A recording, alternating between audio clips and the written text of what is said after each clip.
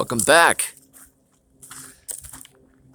It is going to freeze tonight, so I'm doing the last run through before that happens. I haven't given you guys an update yet, and this may all look a little different tomorrow. You can see right here, this area is winter rye. This is going to do fine. We seeded this area. Turnips behind there, one of my son's beds. This little corner too is all winter rye and a few oats. The gardens have been doing quite well. This will be our first actual freeze of the year. It's supposed to hit 26 degrees overnight, and I fully expect to lose some stuff. Now, I told you when I planted these sad looking beans, these have been fixing nitrogen in the ground. These are all going down with the first freeze, and I know that full well.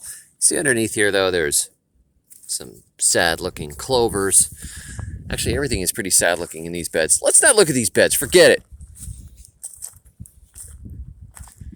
These onions ought to do fine. These are the onions fed with Steve Solomon's mix.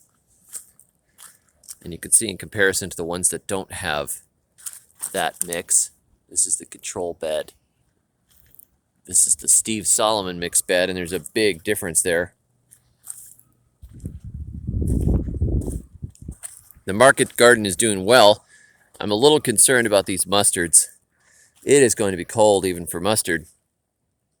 It's kind of right on the edge of what they can handle, so I'm expecting we may get some damage. Or I may get wiped out, I don't know. Depends on what the overnight lows come out like. It can be strange the way microclimates and frost flows and everything happen on a cold night. We may lose our cabbages too. See, they could take it or they might not. The problem is that it's been really nice and warm for the most part, maybe getting down 40s and 50s overnight. When you get a swing where it's been, 80 degrees and then it goes down to the mid 20s, that's where your plants are really not ready for it. So we'll see what happens. These turnips right here, they're looking beautiful. I think they're going to come through okay, but we'll see. Probably get a little bit of damage. About time to start pulling some baby turnips here. We've been eating them for breakfast now and again, and they're very good. Very nice and sweet. This variety is White Lady. They're all white. They don't have the purple top like you're probably used to seeing. The winter rye is going to do fine coming on through. There are Daikon Radishes in here. One thing I've noticed is that the Daikon Radishes that are growing with the winter rye actually look as good or better. Many of them look better than the ones I have down here growing in rows. I'm not sure why that is, but it underlines the wisdom of growing things in polycultures as I've planted most of my food forests. I've actually taken entire garden beds before, just tilled some good stuff into the ground, some compost or manure, and then planted it with a wide variety of seeds and just harvested what grew, and I've done well with that. It's not the easiest on a large scale, or if you're market gardening, or if you really need control, but you can see these daikons are looking great mixed in here. There'd be good radishes in there. I'm gonna get a lot of biomass out of this area. What I decided to do, because of how poor the organic matter situation is here, is just to take the marginal areas, like you can see right here. All the marginal areas got seeded. So these edge areas, I just tilled them under and planted. Lots of cover material, particularly winter rye. That's my real standby. There have been some changes here. The foliar fed crops are still not very happy, like the Dynagrow here, not very happy. Urine bed is not happy. The cover crops, so-so. The alfalfa, actually, the radishes that are growing in there look quite a bit better than our control bed. I'll show you the control bed in a minute. This bed right here is 10-10-10, and they look all right, but not particularly great. This is the control bed, and you can see there's a difference between the 10-10-10 bed and the alfalfa bed. The growth here in the lasagna bed is doing quite well. Still, I replanted the beets and they are refusing to come up. So obviously beets are just not growing in here, with the exception of this one, which started in the first round. And then that's a stray turnip. I don't even know where that came from. The fish and seaweed emulsion bed, it's another case of not being particularly happy. But Steve Solomon's mix right here. Wow. These guys are looking quite well, even though Steve wrote me and said, hey, you're not supposed to be using my mix without organic matter in the soil, you know, like it's part of the thing. You should have organic matter in that soil. But still, you know, the germination issues are a serious problem. But the stuff that did germinate, hey, it's looking pretty good. I mean, look at the difference between this right here and how healthy they look compared to what it looks like with nothing in the ground. That's the control. That is Steve Solomon's bed. So yes, this side didn't do well. We've had problems with beet germination all the way around, but hey, big difference there. Dave's fetid swamp water, not much happening. Again, I think it's an organic matter problem. Right here, we've got the Earthworm Castings Bed. Stuff's looking pretty good. Not as good as Steve's mix, actually. Now Steve's mix has overtaken this bed. And the biochar bed.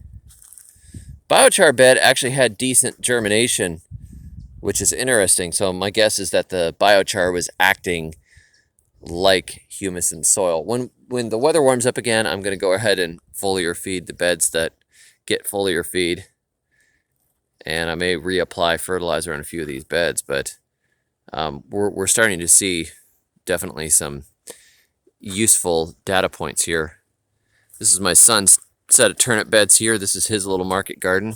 This is a different variety. It's real tumbly and kind of curly leaves on these turnips. They look wild. I mean, they always look like they've been knocked around, but they're growing well, so hopefully they come through the cold okay. Well, we were gone. We went out for Thanksgiving to Georgia, and while we were gone, we got this serious rain event, like 6 to 8 inches or so in a day, which is ridiculous. So the water ran through right here, and in our new onion beds, look at those ruts. Isn't that crazy? So, you know, the onions are growing. See? But there's a river running through the middle of it. And we do have sprouts, some germination from the other rows that I planted. Some things coming up right here. This sad, sad, ugly grit, you know. It's hard to put seedlings out in this stuff, but, you know, my market garden rows were looking good in the other spots. I said, what the heck? But we really got a pounding rain, and man, that does not look good. It's like the Dust Bowl territory. Over on the edge here, I went ahead and I planted right there with more cover crop mix. And you can actually see how the erosion of sand came over the top here and washed some ruts through. I probably have some onions popping up in there, actually. I think the stuff really got washed through. You know, spring is when we're really looking forward to. Right now, we're doing a few experiments and hoping for the best through the winter. This will be my first winter growing in these conditions here in Zone 8. And we'll have to learn what we can about what goes on with the frost. I'm very tempted to start a greenhouse project. Just get a greenhouse going and put a bunch of potted plants in there. Like actually do a potted tropical food forest inside of a greenhouse, which I think would look really cool and would be quite fun, because those tropical plants, you know, they just grow and grow and grow and grow, and we could get yields right on through, and I could regather a lot of the stuff I grew in Florida and some things I could propagate for spring and everything. I was looking at the Deep South Homestead folks, and they've got a greenhouse, and their greenhouse is quite productive for them. I used to have a 10 by 20 that did well for me. It was definitely worth the money I spent. It's just a matter of, do I really want to spend money right now? I mean, I just escaped my homestead in the tropics and moved, so I can't quite commit to spending $1,000 on a greenhouse right now. So I did say I was going to skip these beds, but I'm going to show you this one. This is the garlic. The garlic is looking good. I'm very happy with the garlic. Now, you can see some of these things are not like the others. We go through all these little garlics, and then suddenly it's, oh my gosh, what is that? That's elephant garlic. Elephant garlic is so cool. It's not supposed to be a real garlic or whatever, but it looks like a garlic. We call it elephant garlic. You can see they're like lilies coming up. If you guys ever grew daffodils, very pretty. So we'll see what happens here. This is another one of my children's anarchy beds of turnips. But hey, frost is coming. Lots of stuff happening despite, it not being the best growing time of year. And I figured, well, before the frost, I'll come out and give you a little garden update and show you what's going on with the beds. I haven't been particularly online all that much lately, from visiting family and enjoying Thanksgiving. And I've been spending the last couple of weeks finishing up the first draft of the new book, Create Your Own Florida Food Forest, which is the revised, expanded, illustrated.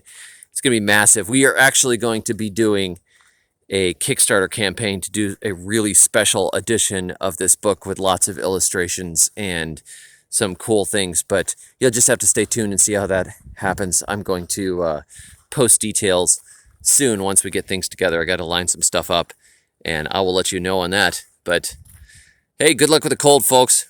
For those of you down in South Florida, I'm envying you a little bit right now, but hey, we'll see how we all do in spring. Catch you next time, and until then, may your thumbs always be green.